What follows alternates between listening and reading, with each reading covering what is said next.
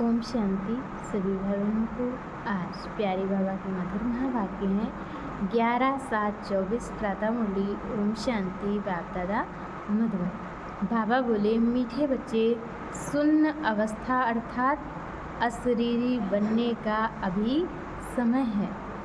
इसी अवस्था में रहने का अभ्यास करो। बाबा कहते हैं सुन्न अवस्था अर्थात अशरीरी बनने का अभी समय है, इसी अवस्था में रहने का अभ्यास करो।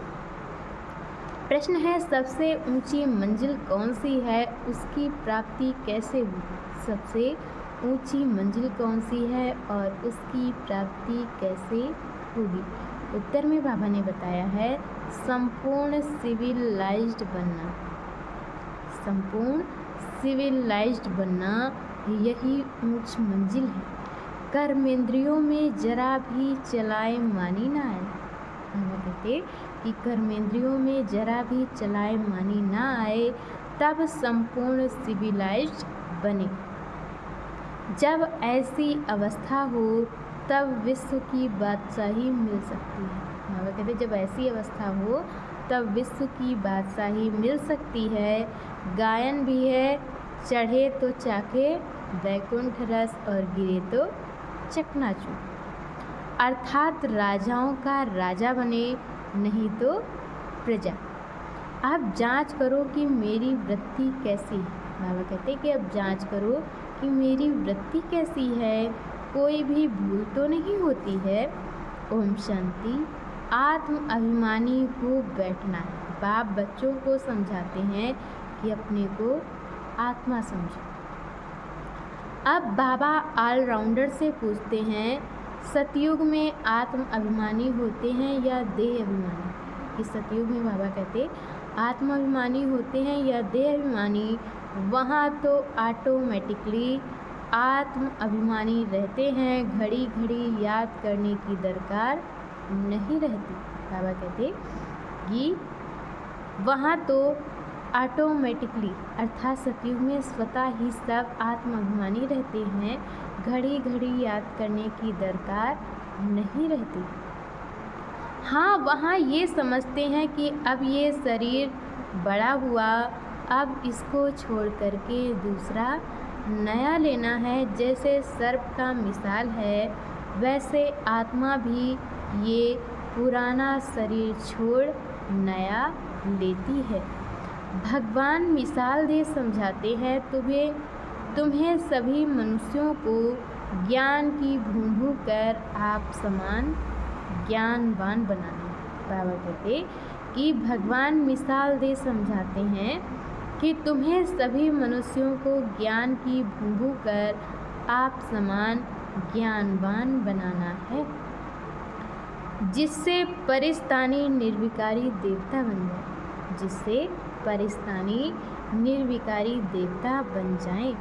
ऊंचे ते ऊंच पढ़ाई है, मनुष्य से देवता बनाना। ऊंच ते ऊंच पढ़ाई है, मनुष्य से देवता बनाना।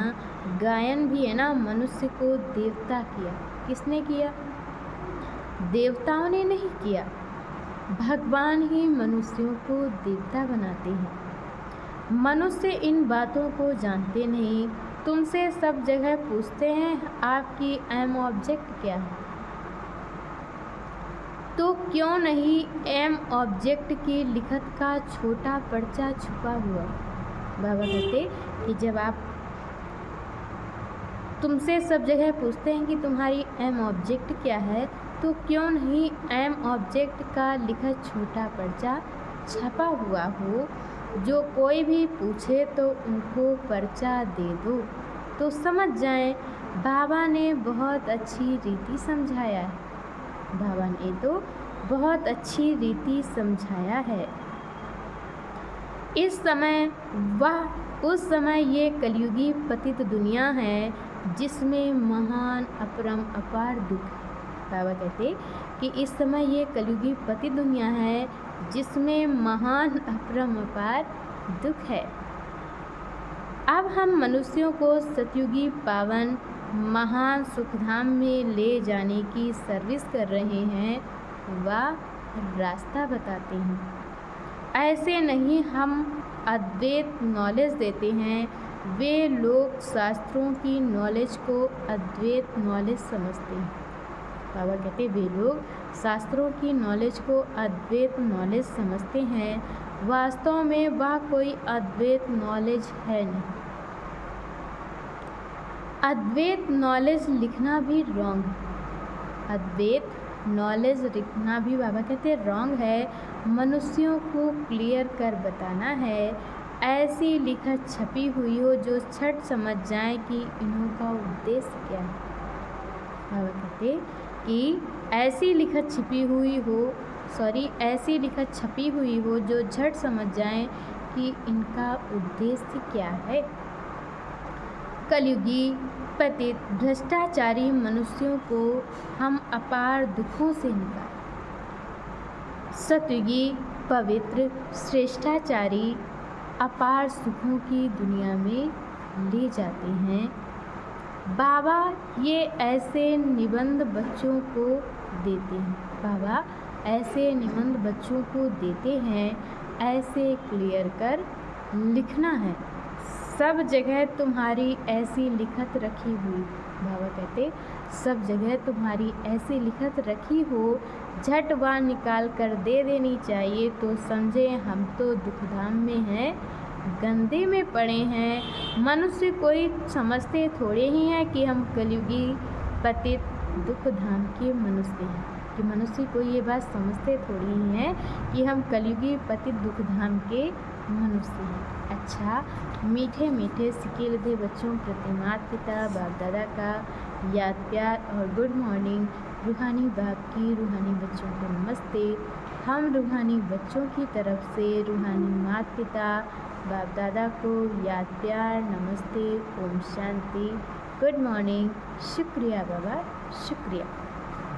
और आज बाबा ने मुरली में धारण करने के लिए मुख्य सार दिया है। पहला पॉइंट, अपनी संभाल करने के लिए कदम कदम पर जांच करनी है। अपनी संभाल करने के लिए कदम कदम पर जांच करनी है। आज मुझ आत्मा की वृत्ति कैसी रही और वह आँखें सिविल रही। और स्वामी बाबा ने बताया है कि देह अभिमान के वश आज कौन सा पाप हुआ। देह अभिमान के वश आज कौन सा पाप हुआ। और दूसरे पॉइंट में बाबा ने बताया है, बुद्धि में अविनाशी ज्ञान धन धारण कर फिर दान करना है। ज्ञान तलवार में याद का जौहर जरूर भरना है। बाबा कहते ज्ञान तलवार में याद का जौहर जरूर भरना है। और आज बाबा ने वरदान दिया है, सत्यता की अथॉरिटी को धारण कर सर्व को आकर्षित करने वाले निर्भय और विजयी बनो। आप बच्चे सत्यता की शक्तिशाली श्रेष्ठ आत्माएं हो। सत्य ज्ञान, सत्य बाप, सत्य प्राप्ति, सत्य याद और सत्य गुण, सत्य शक्तियाँ सब प्राप्त।